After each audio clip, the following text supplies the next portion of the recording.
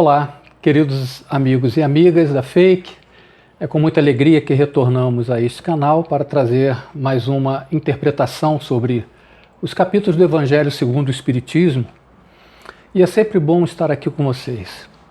Como sempre fazemos em todas as nossas atividades, iniciamos e encerramos as exposições com uma prece.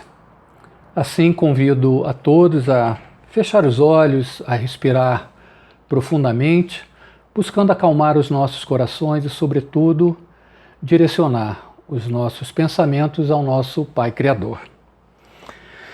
Pai de infinito amor, de infinita bondade, Pai de infinita misericórdia.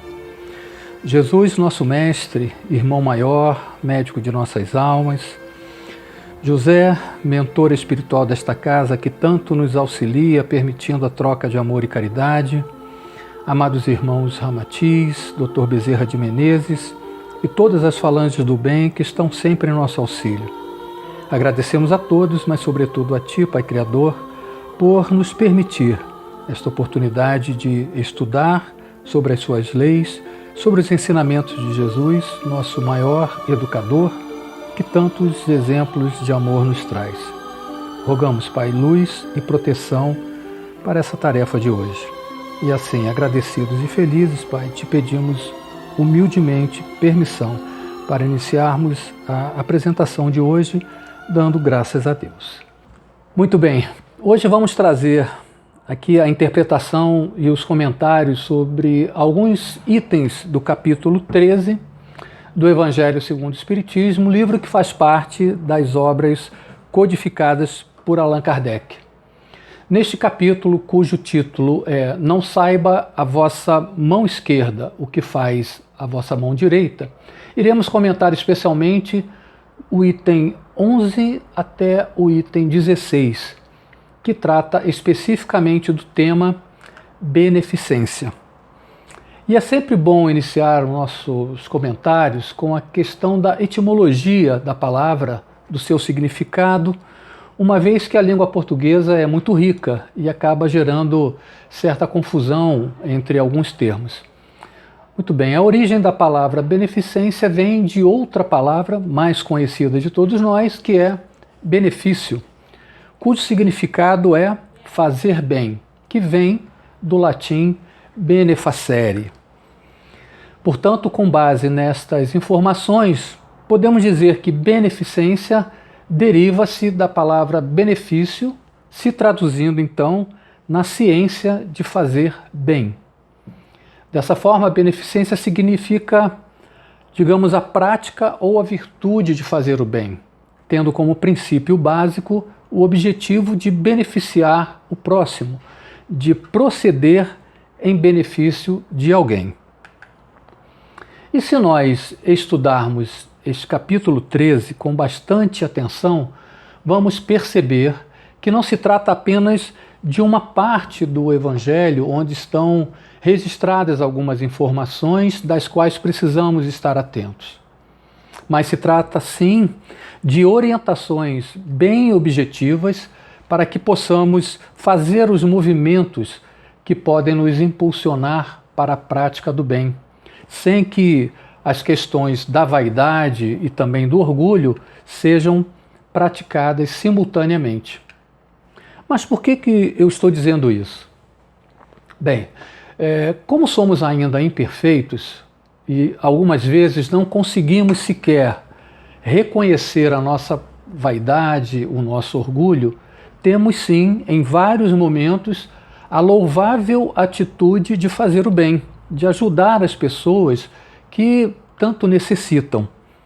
Mas ainda temos de forma simultânea a condenável atitude de que essa ação do bem se faça ser percebida por outras pessoas, talvez para satisfazer o nosso ego.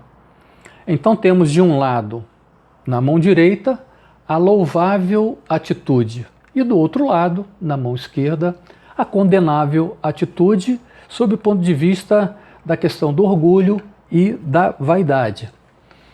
Talvez por essa razão o tema beneficência ele esteja inserido exatamente no capítulo 13, que trata dessa questão da vaidade, de querer tornar público aquilo que para muitos é um ato notável, sim, digno de destaque. E durante todo o capítulo, Kardec traz as melhores observações em tópicos que abordam a ostentação. Primeiro, nos advertindo para que tenhamos o cuidado de não fazer da caridade um espetáculo a ser notado por todos, pois este é um compromisso que devemos apenas a Deus. E, naturalmente, Ele sabe tudo, até o que é feito em segredo. Aborda ainda sobre as grandes calamidades que geram comoção na humanidade, mas destaca, sobretudo, os infortúnios que muitos não veem, aqueles que atingem milhares de pessoas no dia a dia, sendo percebido apenas por aqueles que possuem a verdadeira generosidade. Fala também sobre aqueles que não dão, pois alegam não ter o que dar, desconhecendo que a caridade não se resume apenas em ter coisas para dar ou bens materiais para dar, esquecendo que possuem em si a inteligência, a força física, os talentos inatos, que são recursos poderosos e que podem ser, sim, utilizados em benefício de quem precisa. Traz ainda um alerta para que não nos preocupemos em apenas ajudar os nossos amigos e irmãos mais próximos, na esperança de que, ajudando-os, estes possam retribuir o que fizemos quando estivermos eventualmente necessitados. Mas sim, olhemos muito por aqueles que não possuem meios de retribuir e tendo sempre a certeza de que receberemos de Deus a nossa justa compensação. Portanto, o capítulo 13 retrata a necessidade de fazermos o bem, de fazermos a caridade, descrevendo de forma clara todos os mecanismos que irão permitir que estes movimentos sejam bem objetivos, para que não se desviem dos caminhos da retidão.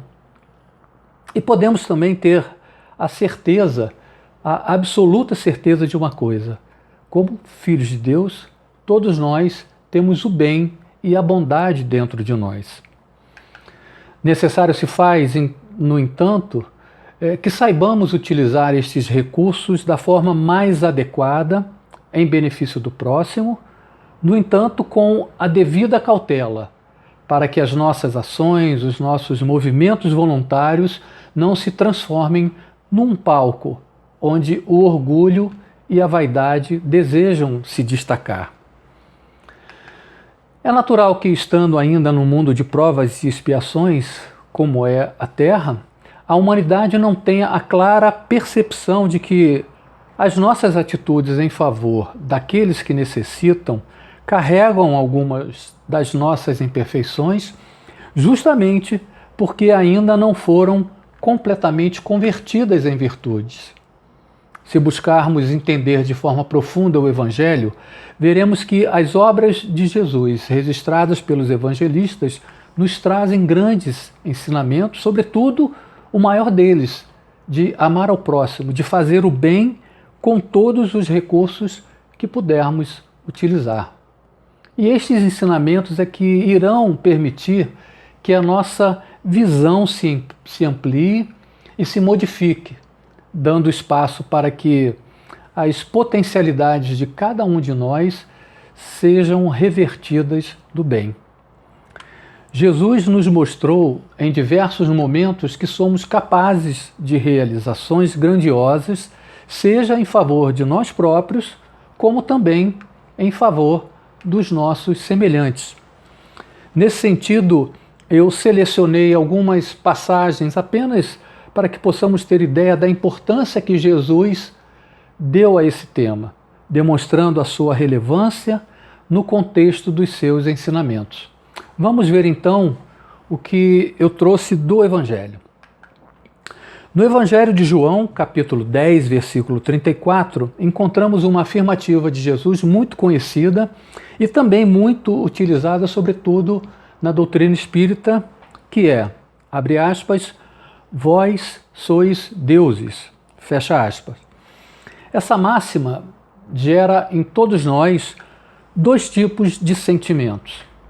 O primeiro sentimento é o sentimento de esperança, nos permitindo acreditar na mensagem de Jesus, pois sendo ele o nosso irmão modelo, o maior exemplo que já tivemos, atingiu níveis de elevada maturidade espiritual através do seu próprio esforço, do esforço individual e pessoal, que é comum a todos nós, portanto, nos mostrando que isso é possível. Unindo, então, os fatos de que 1. Somos espíritos imortais. 2. Que pela bondade divina teremos quantas encarnações forem necessárias para que possamos evoluir. E 3. Que Deus nos criou para que sejamos felizes. Esse sentimento de esperança, ao mesmo tempo que nos tranquiliza, nos fortalece. E o segundo sentimento é o de encorajamento, pois ele nos leva a praticar ações e nessa máxima Jesus nos diz, em outras palavras, que somos capazes de progredir e isto nos impulsiona a buscar os mecanismos que possibilitam o nosso progresso, a nossa evolução. Mais à frente, Jesus reforça essa afirmativa ainda no Evangelho de João, só que no capítulo 14, no versículo 12, quando mencionou que, abre aspas, vós podeis fazer o que eu faço e muito mais, fecha aspas. Nesse caso, ele demonstra mais uma vez a nossa capacidade de realização e também de evolução. E Jesus ainda vai mais além, explorando a nossa limitada inteligência quando traz uma outra afirmativa que está agora registrada em Mateus, capítulo 5, versículo 48, que diz o seguinte, abre aspas, sede vós perfeitos, como perfeito é o vosso Pai que está nos céus. Naturalmente que a preocupação e o apelo do Mestre Jesus em abrir os nossos olhos para o esforço permanente em busca da evolução se traduz nessa máxima. Entretanto, é preciso entender que a nossa perfeição será sempre e somente relativa, já que a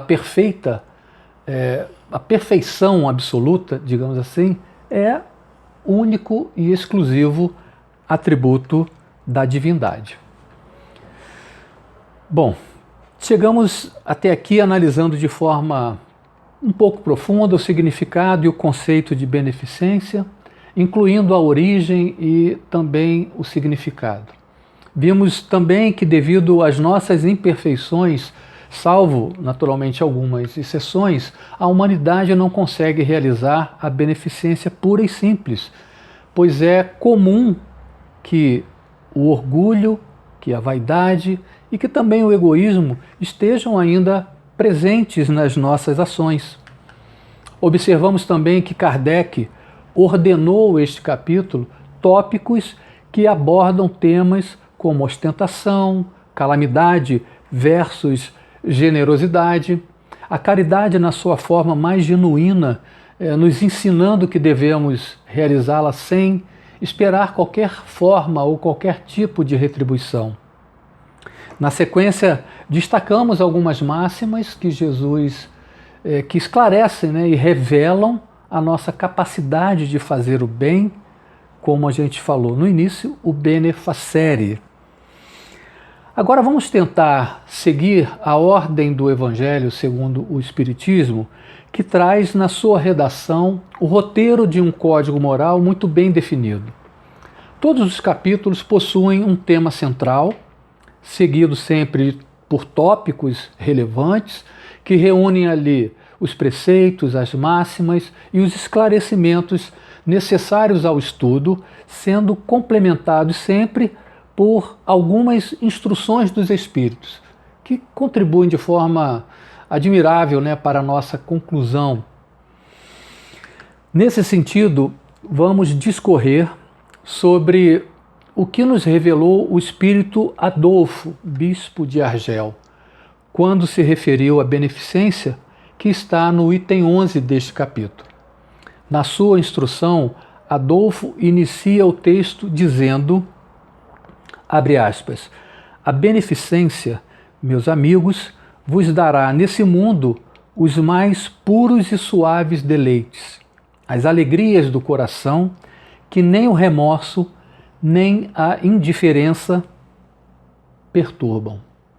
Ou seja, Adolfo nos fala que quando praticamos o bem, recebemos em troca os mais puros e suaves deleites, ou seja, em outras palavras, né, nós somos impactados pelo sentimento de satisfação, de contentamento, por que não dizer de dever cumprido.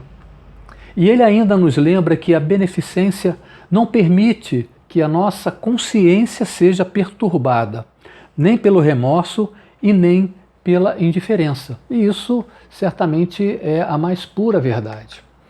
Se nós pararmos alguns instantes para pensar, vamos lembrar de algum momento dos nossos dias já passados em que, na correria dos nossos compromissos, deixamos mesmo de atender algum irmão necessitado que cruzou o nosso caminho.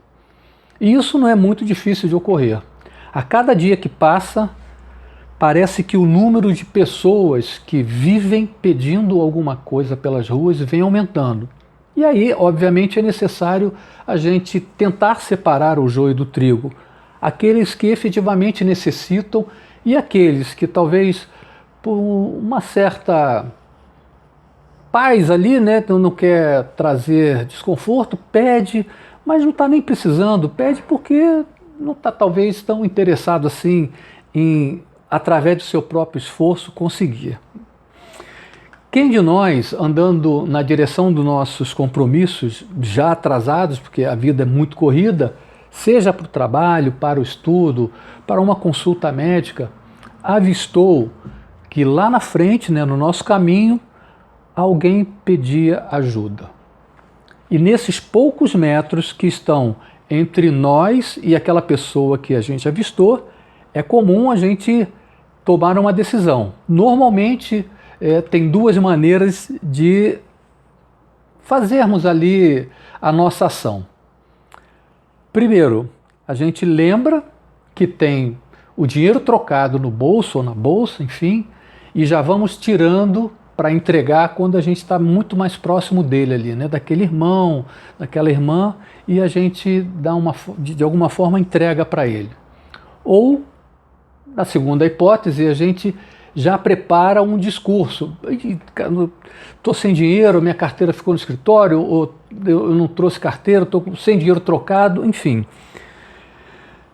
Dessa forma, né, nessa primeira hipótese, tem o fato de termos dado um valor, mesmo que pequeno, tem um efeito, vamos dizer assim, de nos livrar do sentimento de remorso. Embora conscientemente sabemos que poderíamos ter feito melhor, mas fica ali a percepção de que, bom, eu fiz o que pude naquele momento. Estava atrasado, tinha um trocado, foi aquilo que eu pude dar ali naquele momento, naquela alternativa.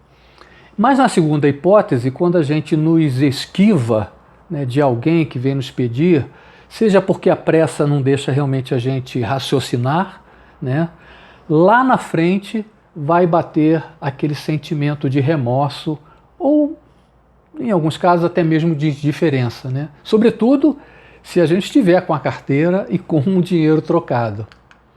De fato, é muito difícil tomar uma decisão quando estamos envolvidos numa questão emergencial. Estamos atrasados para uma reunião e não parece nada, mas aqueles menos de um minuto, aqueles segundos ali vai atrapalhar, né? Seja para uma consulta, porque acabou de parar o carro na rua, enfim, qualquer outro compromisso. E muitas vezes, por estarmos tão distraídos, reagimos também de forma equivocada, porque não deu tempo da gente analisar o que realmente aconteceu. Vamos, nesse momento, nos imaginar andando pela rua e quando dobramos ali uma esquina, aparece alguém de forma repentina na nossa frente, pedindo lá alguma coisa ou querendo vender algo. Naquele momento não dá tempo de fazer uma leitura, né, uma leitura visual para tentar entender a razão daquela pessoa te abordar. Chegou naquele momento e você não sabe nem o que ela quer, se ela está pedindo, se ela quer te vender. Então você já vai logo falando, né, no momento de reação, que não quer comprar nada ou que não tem dinheiro nenhum para dar. São situações bem complexas, né? E nossa ação ou reação vai, sem dúvida, depender de uma série de fatores. Alguns anos atrás, eu ouvi na FEIC, né, numa das aulas da Escola de Formação de Médiuns, que a melhor forma de nós avaliarmos se aquele é o momento de você ajudar alguém, nesses momentos surpresas, é quando temos o nosso coração tocado. Aí realmente não tem jeito. Quando o coração aperta, você veste ali naquele momento a camisa da empatia, da compaixão e sai em busca de uma alternativa para ajudar aquela pessoa. Mesmo que você não esteja com a carteira e mesmo que você não esteja com o dinheiro trocado. E quando você decide ajudar, você consegue superar qualquer dificuldade. Para ilustrar isso que eu estou dizendo, eu vou trazer aqui um depoimento, né, um exemplo pessoal. Alguns meses atrás, não lembro exatamente o dia da semana, mas foi um dia que eu saí tarde do escritório onde trabalho, no centro do Rio, talvez por volta de 20 horas, né, 8 horas da noite, e fui caminhando pela rua, já bem vazia, o centro tem ficado muito vazio, e o comércio praticamente fechando, né, ou já fechado. Então, mais à frente, eu avistei uma senhorinha sentada embaixo de uma marquise, com um monte de coisas ali à sua volta, né? Carrinho, aqueles carrinhos de supermercado menor e tal, uma opção de coisa, quinquilharias ali, sacos de papelão, enfim, várias coisas que ela acumula e carrega ali da forma como ela dá para onde ela vai. E quando eu cheguei mais próximo, vi que ela tinha um saco preto, esse saco de lixo, né, onde ela enfiava a mão e o que pegava ela levava à boca. Ou seja, ela estava ali no momento que estava se alimentando, provavelmente com as sobras até de algum restaurante, talvez até fosse uma comida limpa, enfim, possível de ser comida, né? Enfim. Aquilo foi lá no centro do coração e eu passei batido, né? Porque eu já era tarde, eu tinha outro compromisso ainda em casa. Aí eu caminhei um pouco mais, fui andando e daí eu falei, não, peraí, não é possível uma senhorinha, né, ficar comendo, assim, na minha cabeça veio, pô, comida de lixo e tal. E eu fiquei pensando como ajudar aquela senhorinha naquele momento, que já era tarde da noite, mas enfim, parei para ver.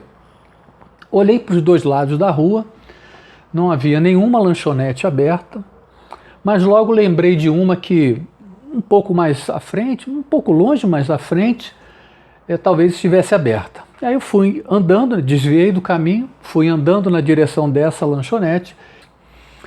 Pelo horário já não tinha muitas opções, então eu escolhi 2 salgados e um copo de mate e pedi para a viagem. Eu acho que entre o local onde aquela senhorinha estava e a lanchonete devia ter ali uns 300 ou 400 metros, mas enfim. Voltei todo o caminho e aí pedi a Deus que ela estivesse lá. E para minha sorte, lá estava ela. Parei em frente, me abaixei e perguntei se ela se importaria, né, se eu poderia dar algo para ela comer. E ela disse que sim, sem mesmo sequer me olhar. Talvez até por vergonha, né? A gente nunca sabe. Eu agradeci por ela ter aceito, entreguei e saí de lá como se tivesse feito a melhor ação do dia. Claro que no dia a gente faz tanta ação boa, né? Mas aquela foi para mim a melhor. confesso que até fiquei preocupado. Falei, caramba, será que ela vai aceitar, se não vai? Às vezes as pessoas, né, a gente não conhece, podem ser agressivas, sentem vergonha e até mesmo tem lá o orgulho ferido. Mas nesse caso, graças a Deus, deu tudo certo. Então, são nesses momentos que a gente consegue ter certeza de que fazer o bem realmente nos traz alegria para o coração. E a satisfação de ter ajudado uma pessoa, né? Um próximo, um irmão, né? Bom, mas voltando ao nosso tema, aqui no Evangelho segundo o Espiritismo, há um outro trecho no relato de Adolfo que reflete exatamente esse sentimento. Vou ler aqui para nós. Diz assim, abre aspas, caridade, sublime palavra que sintetiza todas as virtudes. És tu que há de conduzir os povos à felicidade.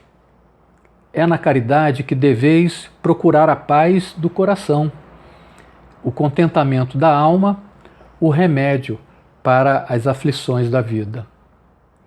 Muitas vezes nós somos devorados pela falta de tempo, pelas atribulações da vida e nem nos damos conta do que podemos fazer para ajudar tantas pessoas que necessitam. E não é questão de ter para dar, né? E sim de ser para dar. Quem não consegue fazer alguma coisa por uma outra pessoa? Seguindo com a nossa interpretação, eu escolhi mais um tópico das instruções dos Espíritos desse item beneficência, trazendo agora uma mensagem de autoria do Espírito São Vicente de Paulo. Assim como Adolfo, São Vicente de Paulo, ele narra a sua mensagem baseada na questão da caridade, que obviamente é a base da beneficência, destacando a sua importância para o progresso espiritual de toda a humanidade. Sobretudo ressaltando o segundo maior mandamento de Deus, que é amarás o teu próximo como a ti mesmo. Então vamos ver um trecho da mensagem de São Vicente de Paulo. Abre aspas, sede bons e caridosos. Essa é a chave dos céus, chave que tem em vossas mãos. Toda a eterna felicidade se contém nesse preceito. Amai-vos uns aos outros. Não pode a alma elevar-se às altas regiões espirituais senão pelo devotamento ao próximo. Somente nos impulsos da caridade a alma encontra felicidade e consolação. Sede bons, amparai os vossos irmãos, deixai de lado a horrenda chaga do egoísmo. Cumprido este dever, o caminho da felicidade eterna vos será aberto. Fecha aspas. Esse trecho é apenas uma parte, né, do primeiro parágrafo, né? Se a gente pegar lá o Evangelho, nós podemos ver que a mensagem de São Vicente de Paulo é bem extensa, mas esse trecho específico ele foi escolhido para trazer para essa nossa exposição. Ele deve ter mais ou menos 6 a 9 parágrafos, né? Vai depender muito da edição do Evangelho, mas toda lá muito bonita. Nessa narrativa, São Vicente de Paulo nos traz diversas reflexões sobre a necessidade de sermos caridosos, deixando de lado que a principal, deixando claro que a principal advertência é que devemos combater a chaga do egoísmo.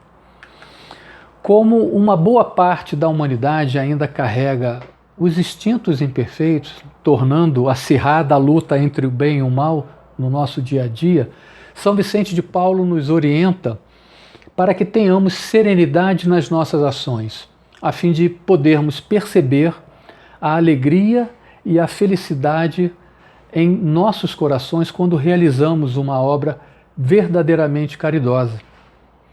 Imbuídos da boa vontade na execução do bem, essa percepção se torna ainda mais viva, fazendo com que o bem-estar atingido nos impulsione para as novas realizações, possibilitando o nosso avanço no progresso espiritual. Mais adiante em sua narrativa, São Vicente de Paulo também nos convida a refletir sobre as razões que nos levam ao distanciamento das leis divinas, sobretudo a lei do amor, desprezando os ensinamentos que Jesus deixou em sua última jornada na Terra.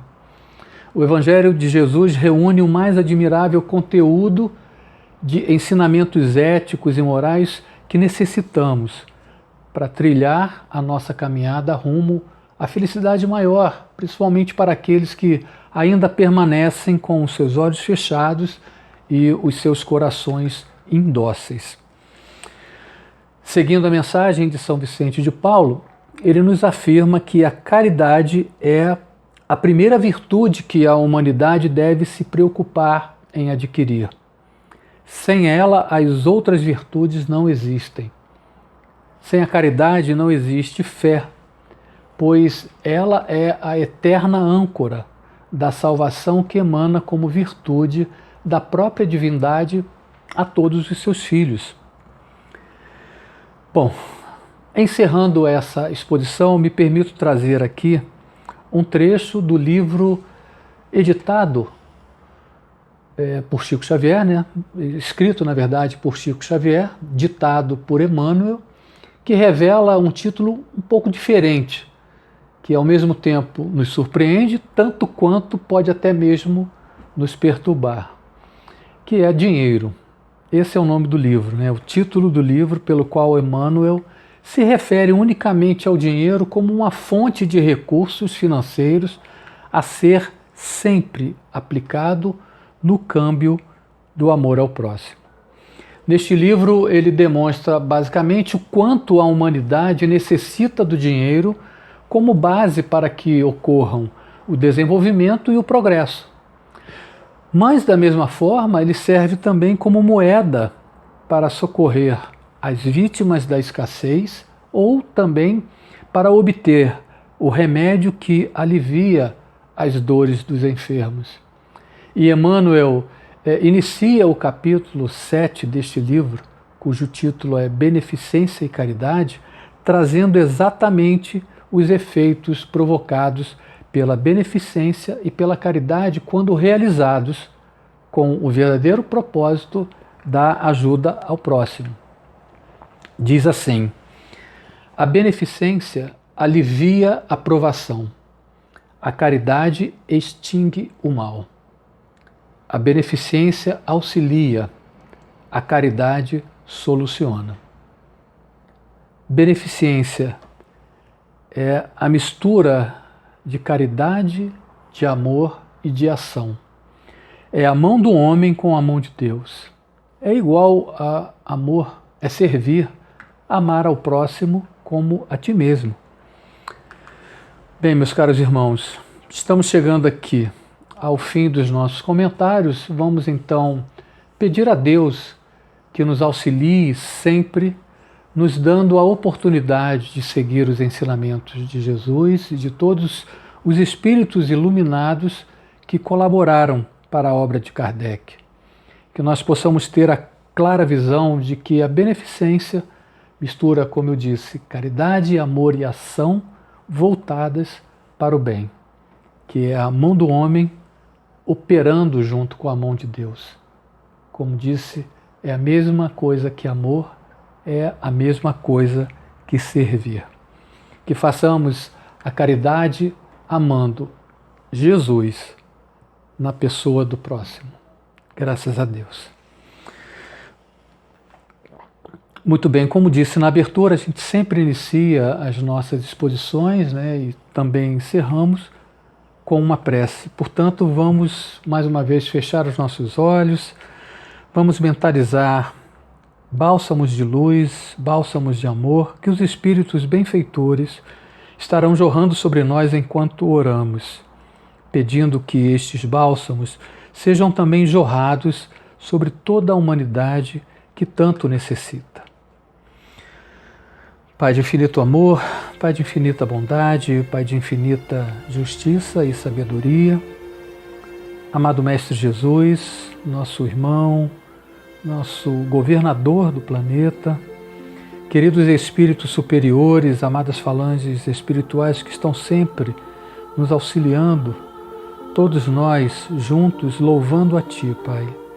Agradecemos pela vida, pela harmonia, por toda a energia positiva que recebemos, mas sobretudo, Pai, por nossa saúde física, mental e espiritual. E rogamos, Pai, que todas essas bênçãos se multipliquem e sejam levadas até os nossos irmãos que estão enfrentando as consequências de tantas dificuldades que enfrentamos no dia a dia. E assim, humildes e felizes, pedimos a todos, mas sobretudo a Ti, Pai Criador, permissão para encerrarmos a exposição de hoje, o nosso fraterno encontro, dando juntos graças a Deus. Bem, caros irmãos, chegamos então ao fim de mais uma exposição, de mais uma apresentação. Agradecemos a todos pelo carinho, pela paciência e esperamos vocês no nosso próximo encontro. Fiquem todos com a paz de Jesus em seus corações. Graças a Deus, viva Jesus e até breve.